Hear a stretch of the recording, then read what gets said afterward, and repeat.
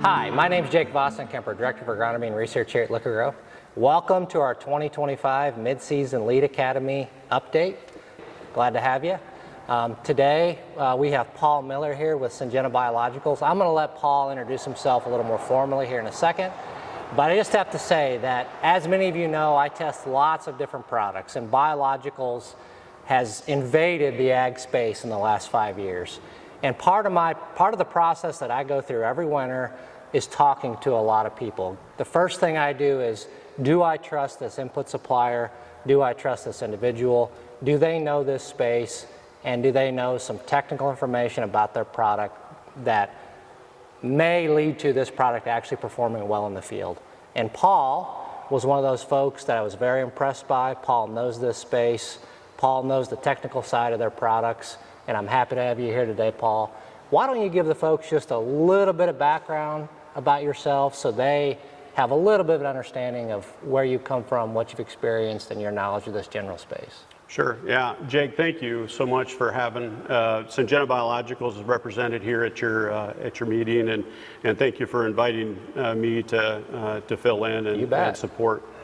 Yeah, so my role is Midwest Market Development Manager for Syngenta Biological. So I travel from all the way from Kansas to Ohio and up into central Minnesota. So pretty Wisconsin. Small geography. Yeah, right? yeah, pretty lots of miles.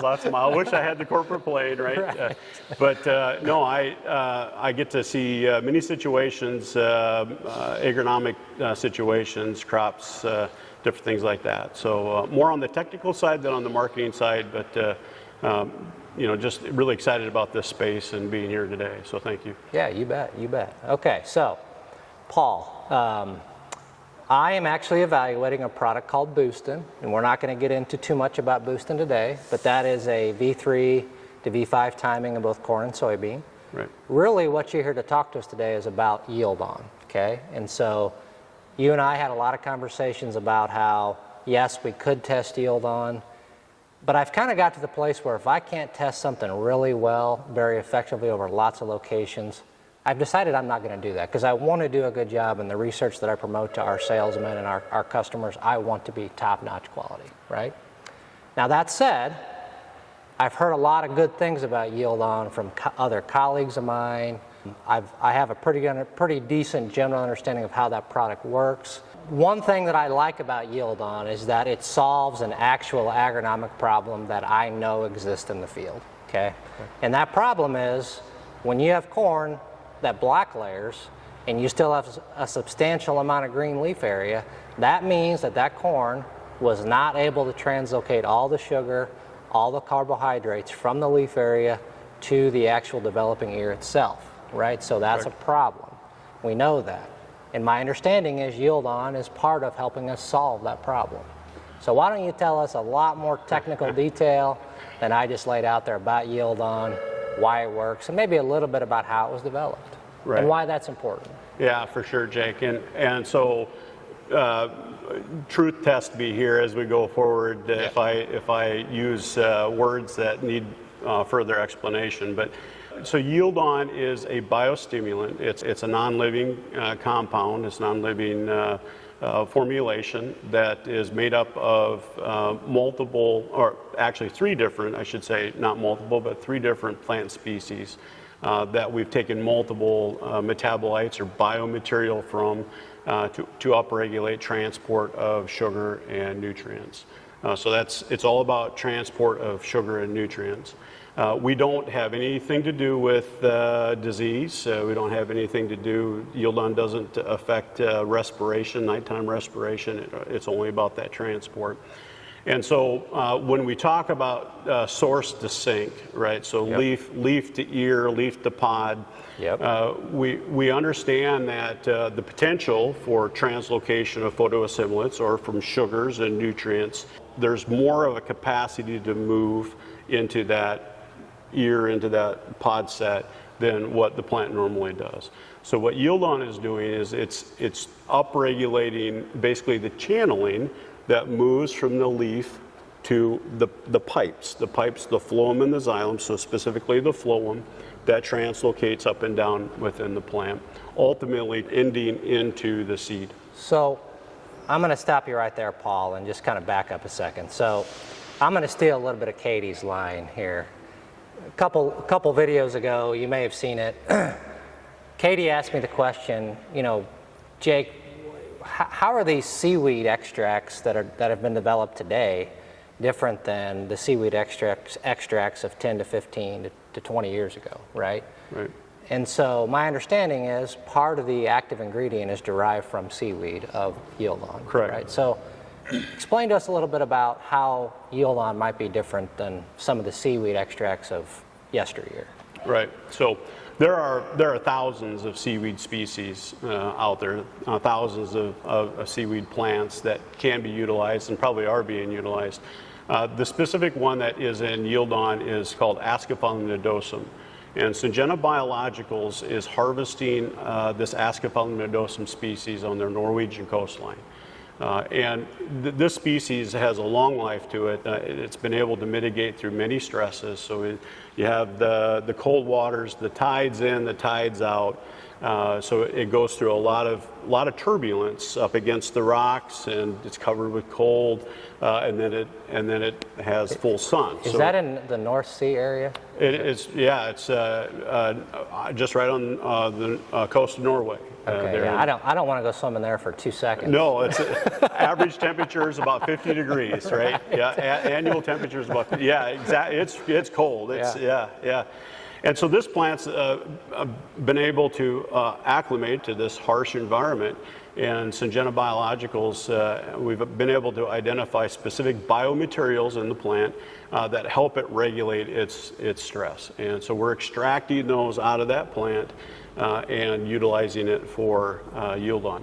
Now, in addition to the Ascophyllum nodosum, we also have two other plant species. So it's the Poaceae, which is the foxtail species, and then also the Chenopodiaceae, which is the lamb's quarter species. So we're not necessarily taking it from foxtail or lamb's quarter, but we're extracting from that species. And so all three of those, so it's the seaweed, the Poaceae, and the Chenopodiaceae, they are going into the production of Now, YieldOn. how in the world did Syngenta Biologicals figure out that these three species actually have a positive effect on corn, and Right. that it helps translocate sugars from the leaf area to the growing ear itself? I mean, that's got to be complicated. Right, yeah. I mean, if you were to do it in a 5-gallon bucket mix or in a bathtub blend, it'd take you forever. And Bingo. and so We don't want to be involved with that. No. That's not good science. It's that's the norm for the industry. Syngenta Biologicals, we've taken it into the genomic level. We've taken it into the DNA level. So what we do is we extract all of these biomaterial from the donor plant species.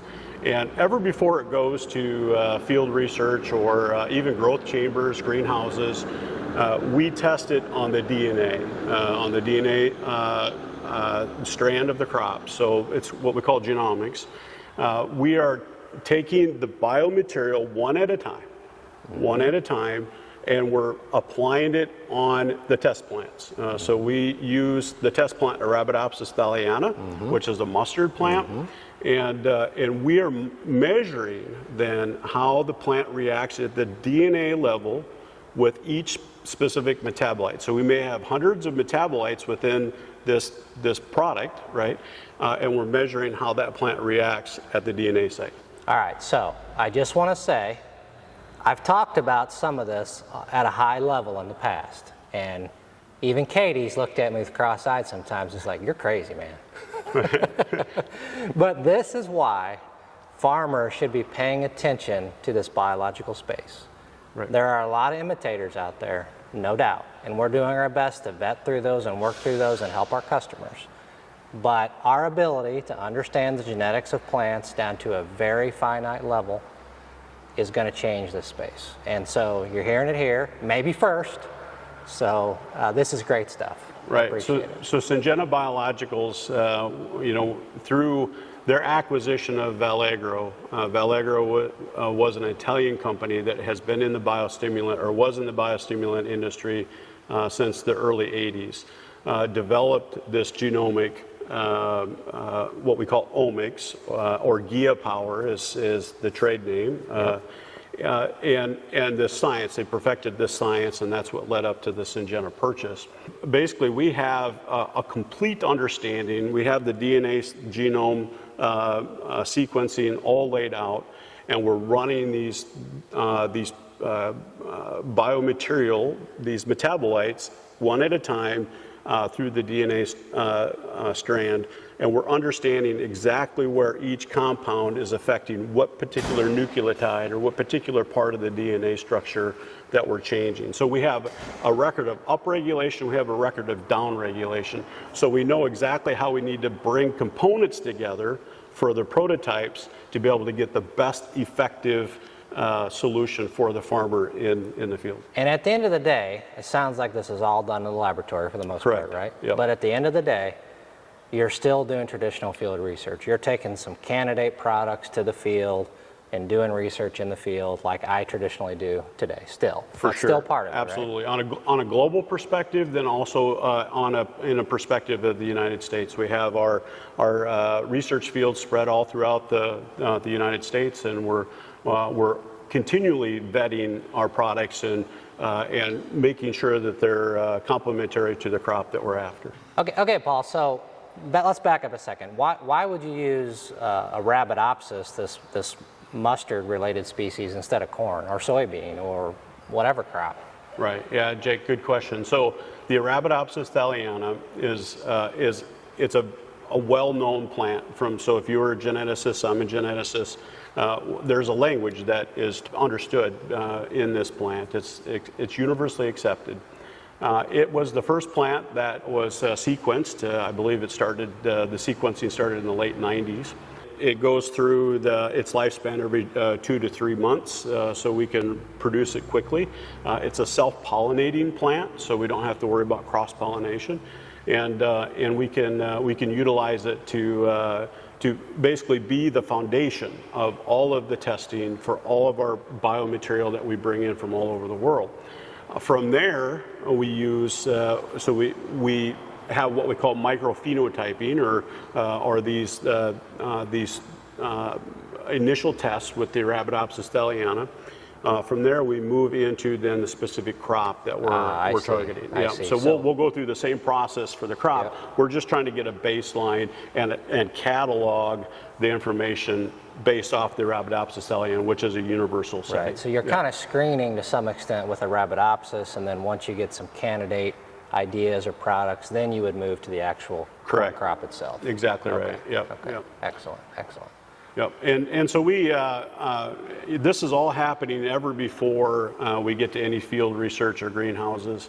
In addition, the genomic level tells us what is possible. So this is what the plant's going to do. This is how we're affecting what the processing the plant's going to go through. But then we actually watch the processing. So we watch all the downstream. Let me ask you this question, Paul. When you're doing this laboratory work, how many candidate products, and I don't know if that's the right terminology, but how many candidates fail per one that actually gets commercially launched? Oh, great question, Jake. I don't know the answer to that.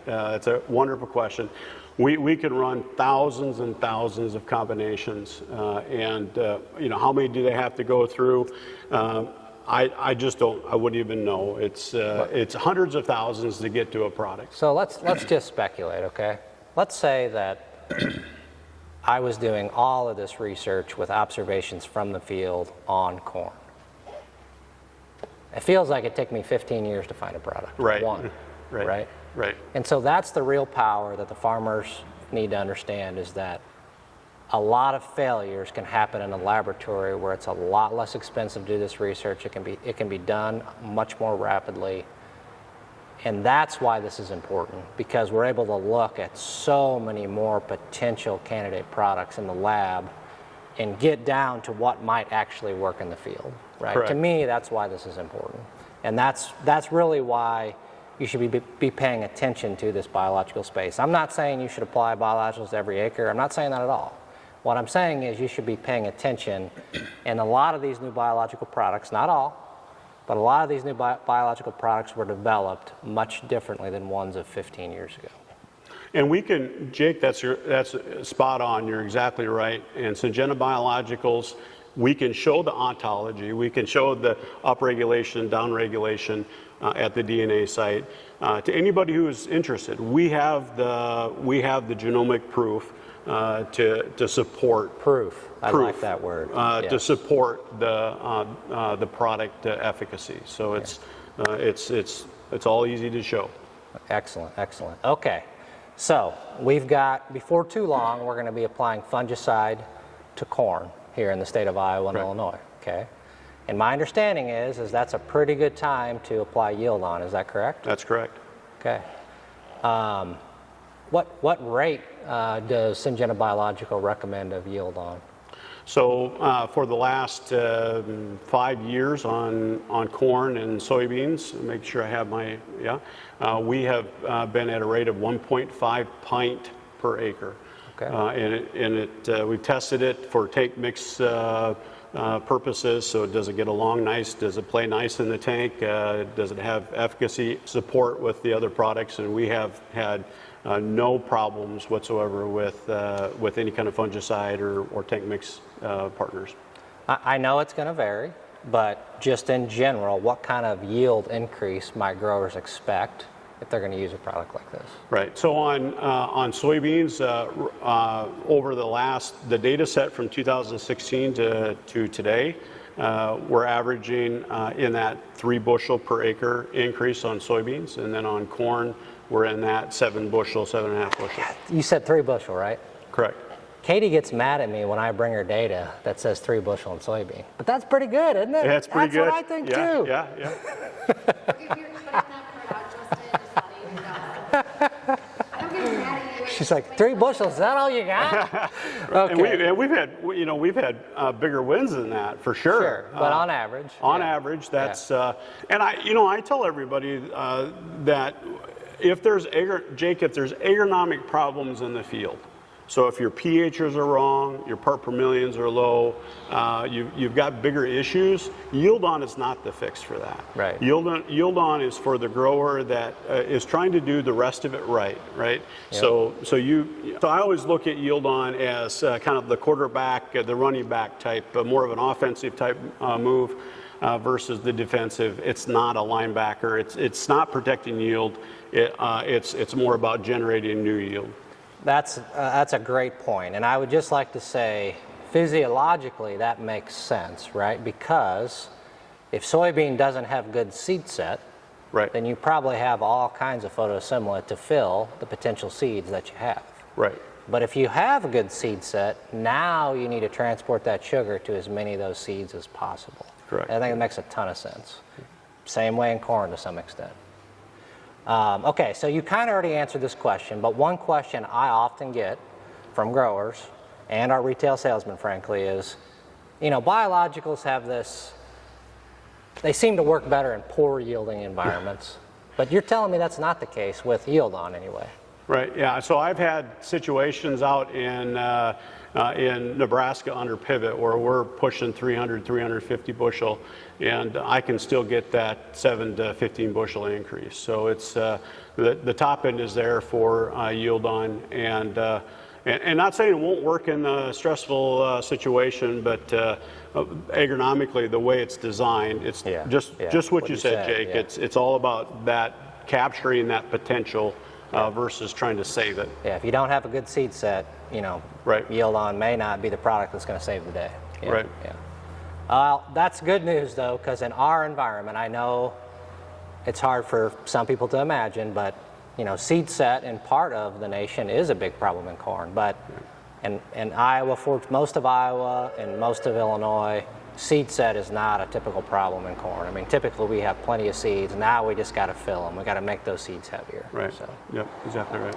All right. So, what about? Do we need to add any extra adjuvants on top of what we're currently adding to a corn fungicide? Anything special need to be added for YieldOn?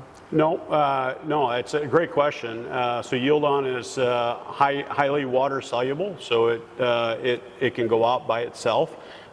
Most times it does not, though, because it's during that fungicide pastime. So YieldOn typically always goes out with the fungicide, both on corn and on soybeans.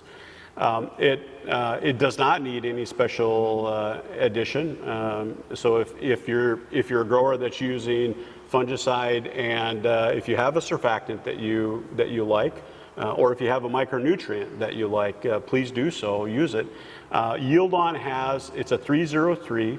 It has 0.5% of zinc, 0.5% of manganese, and 0.2% molybdenum. Okay. Now, when you look at that, you might think, well, that's going to supply the plant's needs. No, that's not enough to supply the plant's needs. It's only there to give strength to the biostimulant. The biostimulant in YieldOn is actually the muscle in the product. The micronutrients are just there to give utility to the biostimulant. Wow. So please put in another micro. And thank you for that explanation, actually. Yep. It's not necessarily the micronutrients in this product that's actually enhancing yield. It's the biostimulants itself. So thank you for answering. I get questions like that all the time. Tell us why you recommend a BT application in corn and an R3 application in soybean. Have you looked at other stages of growth to see if we see the same yield increase? Or tell us why those timings. Right. So there's multiple reasons, and some of the reasons are they go back to the genetic testing, the greenhouse testing, the growth chamber testing that we go through. But when we received it into the field testing, we realized very quickly that we're not trying to grow more tissue. We're not trying to grow more leaf surface area. Because typically that's not a problem. Right, typically it's not an corn issue. has plenty of leaf area. Typically soybeans have plenty of leaf area, particularly in high yielding environments like thankfully we farm in here. Right, exactly right. So the goal was to utilize YieldOn to build out that ear development, build out those pods and the seeds per pod, and so much the same. It's not the same, but it's similar. The energy flow from the leaf to the seed is best timed. With the YieldOn is best timed to be in that space. So we're capturing yield versus just generating more biomass. Yeah. Okay. All right. So another question I have is, my understanding is there's a few micronutrients in YieldOn. Is it the micronutrients that's driving the yield increase, or is it the biostimulant, or why are there even micronutrients in it? Right. Yeah. So yeah, great question. So the micronutrients, they're very specific. It's very strategic as to how the biostimulant works. So within YieldOn, we've already talked about the sugar movement from leaf to seed. Seeds. Yep. But in addition to that, there's nitrogen assimilation, so a nitrogen collection at the end of the year, or at the end of the season as the plant starts to senesce and age. Want to use all that nitrogen as best as we can. Starts to move that out of reserve, so it goes from nitrate to ammonium. There are properties within YieldOn that helps with that conversion. They're specifically enzymes. And so part of of the need for those micronutrients is in that nitrogen conversion. It's what we call cofactors. Mm-hmm. The cofactors, and it's specifically the micronutrient molybdenum. Molybdenum is critical for nitrogen conversion. Yep. And so that's why the molybdenum is there. The manganese, the manganese is there for the photosynthesis. So if you think about the way the plant works, and this maybe get too detailed here, but from photosynthesis 2 to photosynthesis 1 within the chloroplast, the conversion of sugar, the collection of the sun, the water, the carbon, is producing sugar. The manganese is needed to split the water molecule. And by splitting the water molecule, we're enabling the end production of ATP. And that's essentially what we need, is that energy in the plant, right? And that's what drives that ear formation. And so manganese is there for the photosynthesis, and the zinc is for the growth control that we have within YieldOn as well. So essentially, you just want to be absolutely sure that those key nutrients in these processes are not yield limiting. You want to make sure there's plenty in the plant so it doesn't limit what the biostimulants can do. Right, exactly right. And I think of a micronutrient that you could add that really makes sense that we don't have in YieldOn, it's boron. Okay. I would love to see some boron put in with YieldOn. Maybe we should do that testing someday. Right, Oh, I can't. absolutely. I forgot. I'm not going to do any. Line it BT up. testing. I would love to see that. And we have that happen quite often, actually. Yeah. That's reasonably common. Okay, last question, Paul. I'm going to get this question, so I'm just trying to get it out of the way right now. Does it work as good when you apply 20 gallons per acre with a ground rig, or when you apply 3 gallons per acre with an airplane, or you apply 5 gallons per acre with a helicopter? Yes. Should we see any difference of material, of water, and the product, of course? Right, yeah, so Jake, that's a great question. We have not noticed any kind of, documented any kind of differences in application style. We've been at 2 gallons out of an airplane. We've been all the way up to 20 out of a ground machine. Actually, we've had a good amount of customers put it on with drone, and and wegoing to seeing good efficacy that way too. Because that's a debate in itself. Oh yeah, it is. Way to apply Yeah, for sure. Yeah. Not going to answer that question either. Well, I try to stay out of that. I'll let the dealer work through that. Sure. But we have good reaction always. Yeah. All right, Paul, this is great. Appreciate your time today. I'm definitely looking forward to working with you more in the future. You know, like I said, we're testing some other products that you've kind of pointed me toward, so I hope we see some good things with those. And I, you know, based on your level of knowledge, I think it's more probable than not that we will. So I'm looking forward to continuing to work with you and look at some yield data in the future. So sounds great, Jake. Thank you, and thank you for all the videos that you do. It's great content, great knowledge. Thank you very much, Paul. Appreciate that. Appreciate being part of it. I can't take credit. It's mostly Katie, but I'm in it. All right. Thank you for attending today's Lead Academy session. Have a safe rest of the season. Lead Academy. Liqui-Grow Excellent. And agronomy development.